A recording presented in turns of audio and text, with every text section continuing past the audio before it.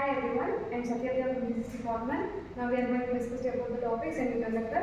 In previous class, already discussed about what types of these semiconductors. There is two types: intrinsic semiconductor and then extrinsic semiconductor. We are very well known about intrinsic semiconductor. Intrinsic is nothing but very pure semiconductor is called as intrinsic semiconductor. What is extrinsic means?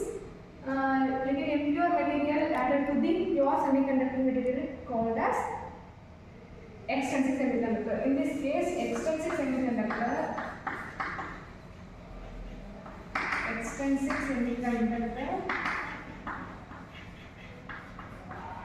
also divided into two types. Already very well known about N type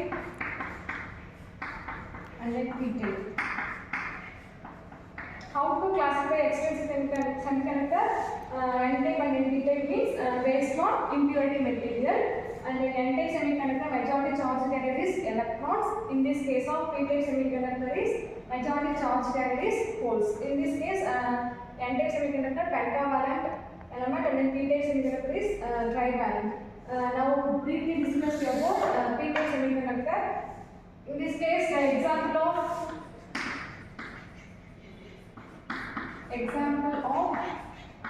semiconductor is silicon and then germanium.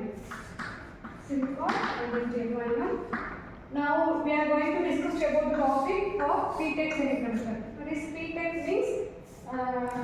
In basic, we know about energy level diagram. This is the valence band. Once again, this is the valence band. This is the formula EA, and then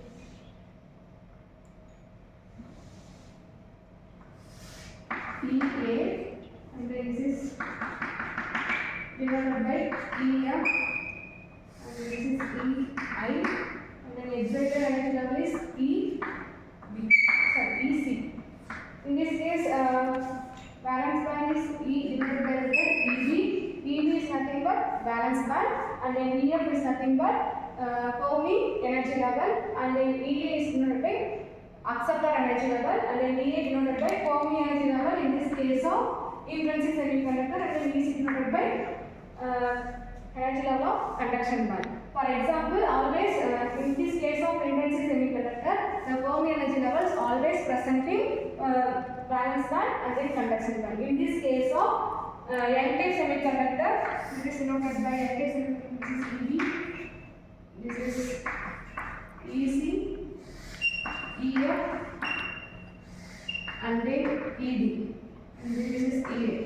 In this case of N-type semiconductor, majority charge carrier is electrons. In this case, EV is the valence band, EA is the intrinsic semiconductor Fermi energy level, and then ED is denoted by donor energy level, and then EF is nothing but Fermi energy level in this case of N-type semiconductor, and then EC is denoted by energy level of conduction band. In this case, donor energy level always nearest to the conduction band.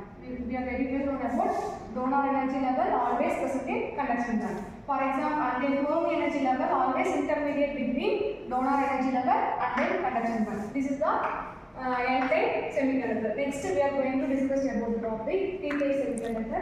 In this case of P-type semiconductor, acceptor energy level is present. Acceptor energy level is always nearest to the valence band, and then EF is nothing but Fermi energy level.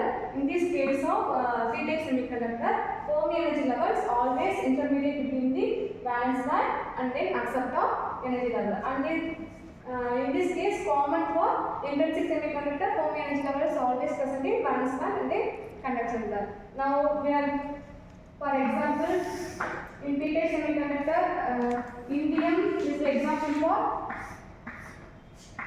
P-type semiconductor. This is a germanium ion. This is a germanium.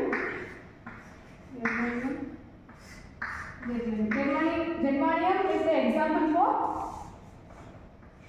semiconductors. In this case, very pure semiconductor material is germanium. Indium is the trivalent element, that is 3 electrons only present, and then one electron is empty space, that is called as holes. In this case, in germanium having four electrons, 4 valence electrons. These 2 electrons are bonded to covalent bond, and then one space is an empty space. Empty space is nothing but holes, that is positively charged. So that only we are called as in p-type semiconductor majority charge carrier is holes. N-type semiconductor majority charge carrier is electrons.